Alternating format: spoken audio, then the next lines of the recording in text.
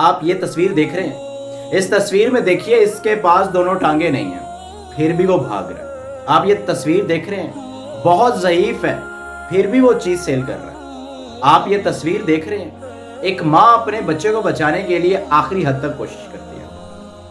امید رکھنے کو کہا جاتا ہے، صبر کرنے کو کہا جاتا ہے۔ آج کل کی جو جنریشن ہے وہ سوال کرتی ہے صبر کرنا کب تک ہے؟ ہمیں امید رکھنا ہوگا۔ اب امید کہتے ہیں رکھنی کہاں تک ہے؟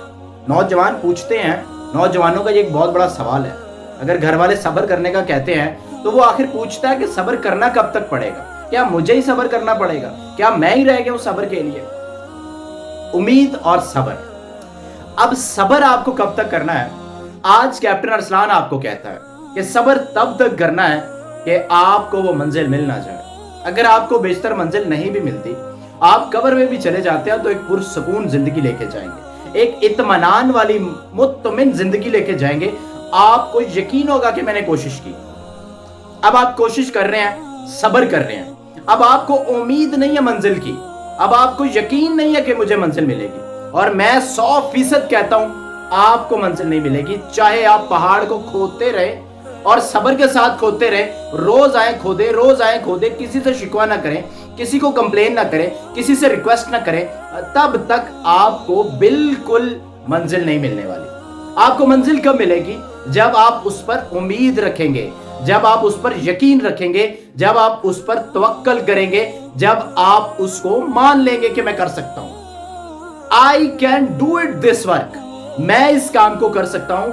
آپ کا یہ یقین آپ کو بڑھائے گا، آپ کا یہ یقین آپ کو آگے لے کے جائے گا، آپ کا یہ یقین آپ کو ایک اچھا اور ایک پختہ انسان بنائے گا۔ اگر حضرت موسیٰ کو یقین نہ ہوتا کہ یہ عصا مارنے سے یہاں سے دریا راستہ دے گا، شاید ان کو راستہ نہ ملتا۔ حضرت یوسف علیہ السلام کو کنویں میں بیٹھے اگر یہ یقین نہ ہوتا کہ ایک دن مصر کا تخت مجھے ملے گا، شاید ان کو تخت نہ ملتا۔ حضرت ابراہیم کو یقین نہ ہوتا کہ میری قربانی قبول ہوگی، وہ حضرت اسماعیل کو نہ لٹاتے۔ اگر ایک لڑکے کو یقین نہ ہوتا کہ وہ 11 سال کی عمر میں ایک سافٹ ویئر انجینئر بن سکتا ہے تو وہ کبھی نہ بن سکتا۔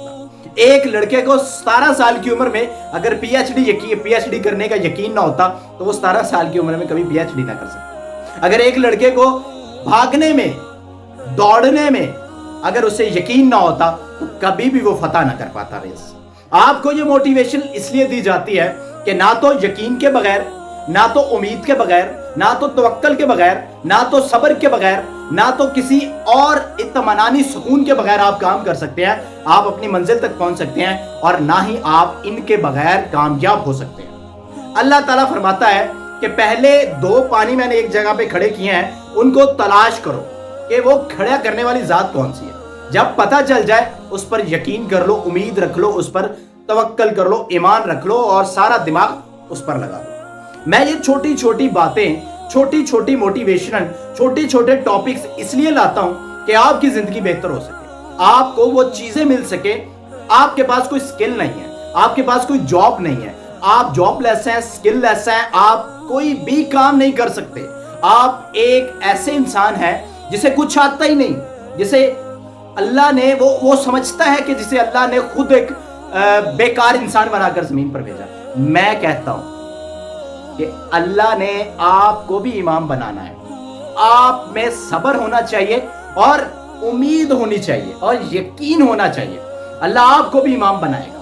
امام والی خصلتیں پیدا کر لیں، امام بننے کے لیے کوشش کرنا شروع کر دیں۔ اللہ فرماتا ہے میں ایک عام سے انسان، ادنا سا انسان، نہ جس کی شکل و صورت اچھی، اللہ فرماتا ہے میں اسے امام بناتا ہوں، میں اسے لیڈر بناتا ہوں، قوم کے آگے لے کے آتا ہوں، اسے دکھاتا ہوں دس از اے امام، یہ وہ امام ہے جسے میں نے بنایا، یہ وہ لیڈر ہے جسے میں نے بھیجا، یہ وہ بندہ ہے جسے میں نے منتخب کیا۔ اور اللہ آپ کو بھی منتخب کرے گا، اللہ آپ کو بھی وہ یقین، وہ سوچ، وہ دن دے گا جب آپ کے پیچھے تالیاں بجانے والے لوگ بیٹھے ہوں گے، آپ کے سامنے ہزاروں کا مجمع ہوگا، آپ کے پاس وہ سب کچھ ہوگا جو آپ سوچتے ہیں۔ بنگلہ، دولت، پیسہ، گاڑی، شہرت، فیمس ہونا، یہ سب ہوگا آپ کے پاس، لیکن آپ کو امید چاہیے، آپ کو صبر چاہیے، اپنے کام میں یقین چاہیے، آپ کو چلنے کے لیے راستہ بنانا ہوگا، آپ کو راستے پر محنت کرنی ہوگی اور صبر سے کام لینا ہوگا، یقین رکھنا ہوگا۔ اللہ آپ کو فتح دے گا،